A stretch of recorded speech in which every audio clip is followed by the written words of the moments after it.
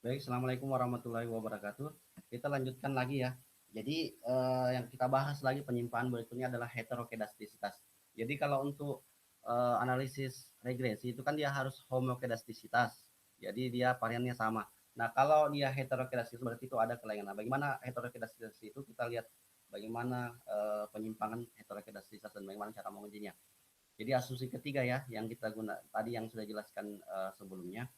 Nah di sini heterogenesis itu adalah penyimpangan terhadap faktor pengganggu sedemikian ini jika asumsi yang tadi ini ya mana.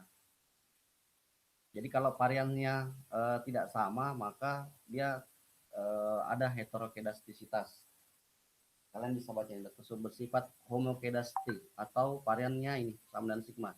Jika asumsi itu tidak dapat dipenuhi maka dapat dikatakan terjadi penyimpangan. Seperti itu. Ini kita lihat ini persamaan otomatisnya ini. Nah, penyebab ini saja lihat ya. Penyebab dan akibat heterokedastisitas yang pertama adalah eh, sebabnya sifat variabel yang diikutsertakan ke dalam model. Secara teoritis dapat diperkirakan bahwa semakin tinggi pendapatan keluarga, petani akan mempunyai semakin banyak pilihan dalam konsumsinya dan sebaliknya. Jika hal ini benar, maka ada kecenderungan bahwa varian Y akan semakin besar dengan makin besarnya nilai X. Tingginya varian Y itu akan berarti pula tingginya varian E1 atau pengganggu atau errornya. Tiba data yang digunakan dalam analisis menggunakan data runtun waktu atau kemungkinan asumsinya memungkinkan kemungkinan asumsi itu mungkin benar. Data ini pada umumnya mengalami perubahan yang relatif sama atau proporsional, baik yang menyangkut pada variabel bebas maupun variabel tak bebas atau terikat seperti itu.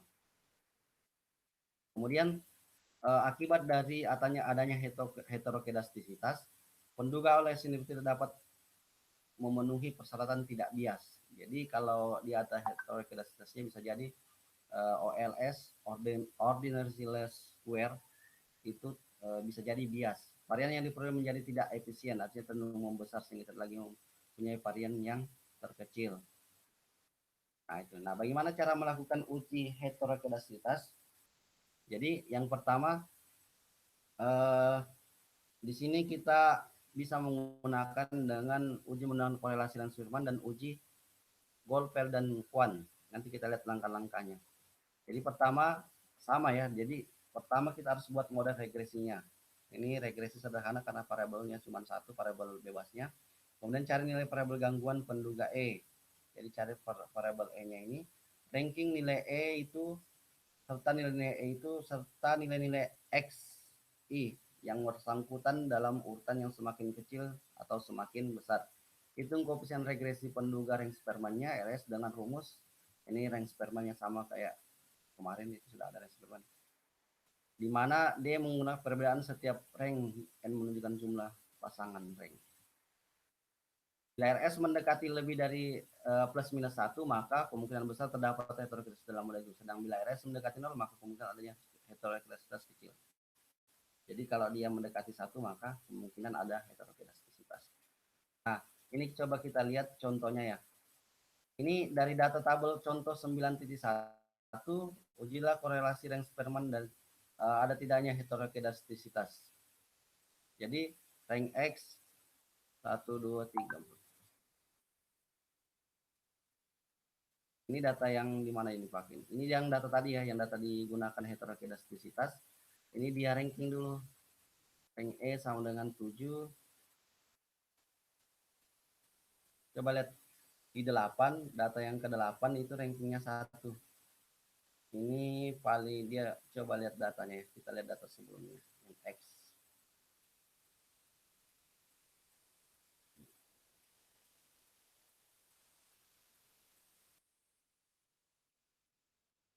Ini yang X 1, 2, 3, 4, 5, 6, 7. Ini data ke-8. Jadi dia nilai E-nya yang ini 0,0038. Jadi itu yang paling kecil. Jadi dia urutkan E-nya mulai dari terkecil sampai yang terbesar. Jadi yang ini, yang di titik E ini. Ini kita urutkan dari terkecil sampai yang terbesar. Nah, ternyata di situ didapat yang paling kecil yang itu tadi 0,0038. Jadi didapat Ini peringkatnya sudah disusun. Jadi ini peringkat 1, ini peringkat 2 yang 6. Urutan ke-6, coba yang peringkat 2 yang ke-6. Ini kalian bisa susun dulu ya. Jadi 1, 2, 1, 2, 3, 4, 5, 6. Jadi yang ke-6. Ini peringkat kedua yang paling rendah. 51. Kemudian peringkat tiganya yang mana? Peringkat tiganya yang ini. Jadi seterusnya yang disusun ya, mulai dari E yang paling kecil, mulai dari 1 sampai 30. Ini disusun. X pertama itu rankingnya 7, X kedua itu E-nya itu ranking 3 dan seterusnya. Nah, D-nya itu selisihnya antara ini 1 dikurang 7. Ingat ini untuk rank E-nya itu enggak usah perhatikan plus minusnya ya. Jadi ini plus minusnya, angkanya saja untuk di ranking itu, angkanya saja. Jadi yang paling mulai dari terkecil sampai terbesar seperti itu. Nah, ini dapat D sama kayak itu waktu di korelasi rank Sperman. 1 dikurang 7 min 6, 2 dikurang 3 min 1. Nah, seterusnya. Terus ini D pangkat 2 atau D kali D. Min 6 kali min 6 atau min 6 kuadrat 36, 1 dan seterusnya. Nah, setelah itu baru kita ini nanti digunakan untuk menghitung rank Sperman. 1 dikurang 6 itu apa? 6 itu tadi kan rumusnya ya. 656 itu totalnya sudah di total.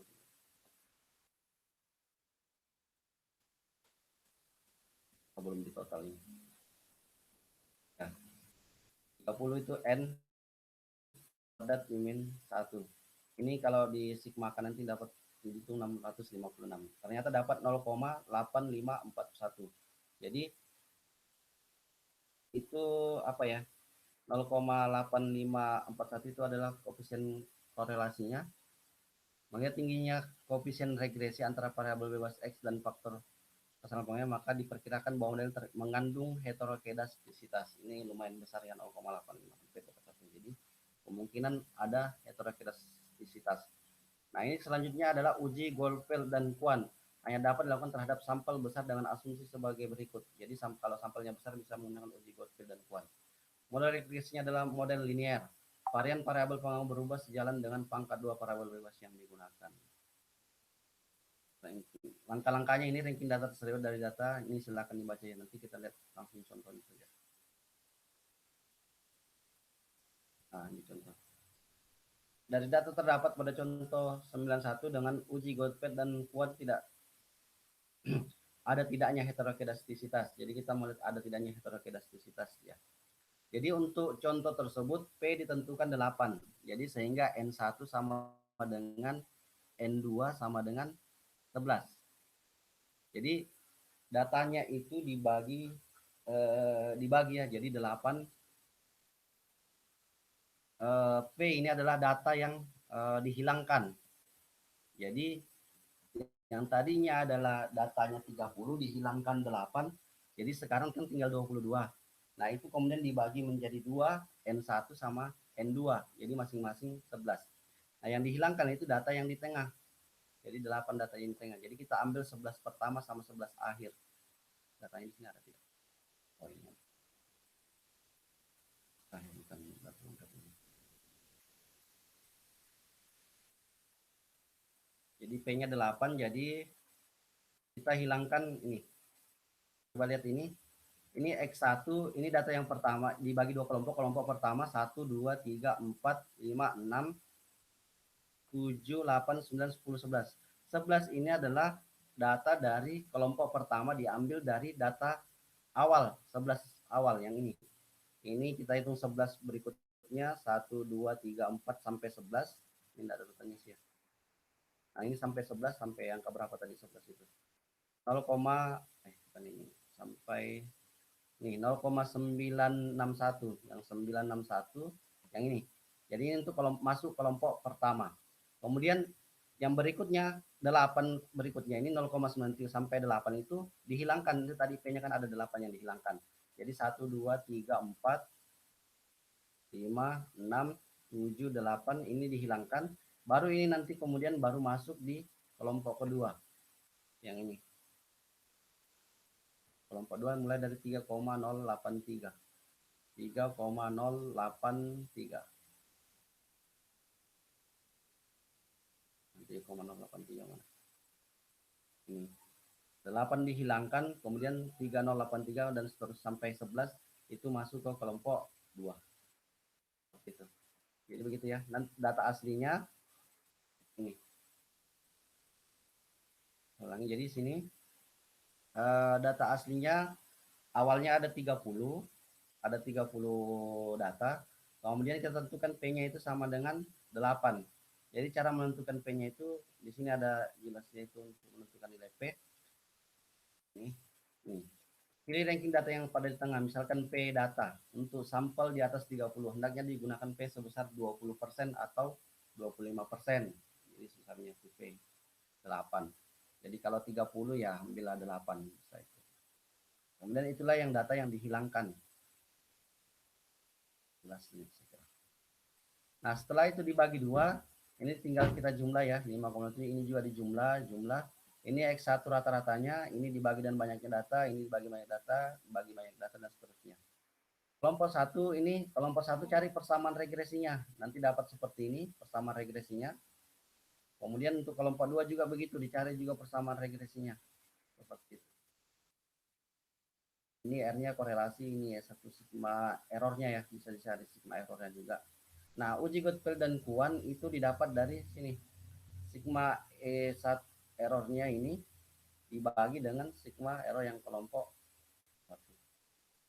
Errornya itu didapat dari sama kayak tadi ya. Jadi menghitung errornya tadi kan tadi error tapi ini kan regresi baru ya. Jadi errornya dihitung baru lagi.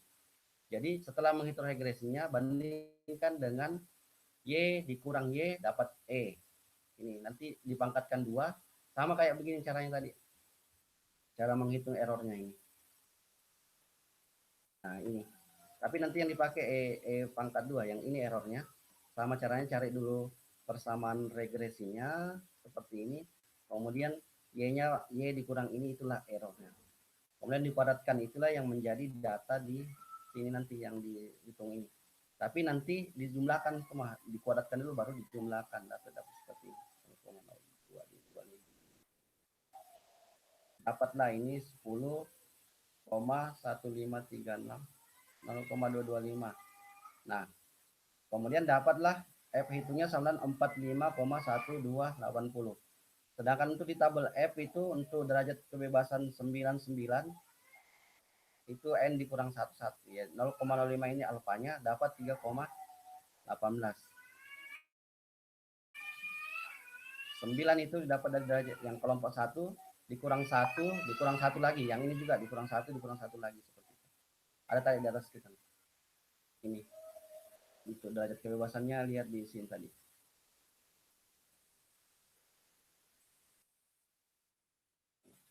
Oh enggak, terus ini ya.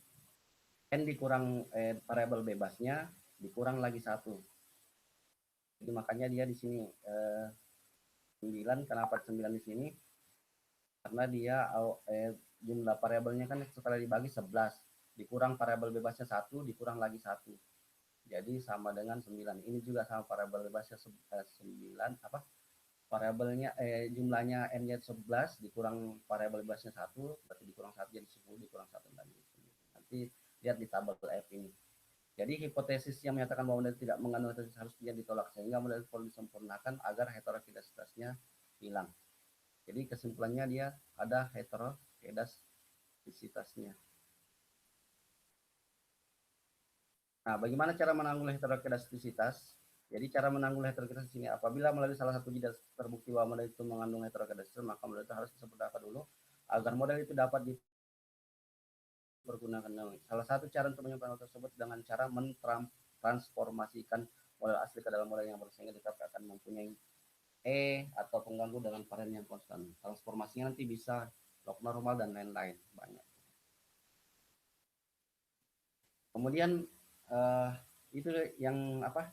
Yang asumsi yang kedua ya, jadi heterogeneisitas secara mengujinya.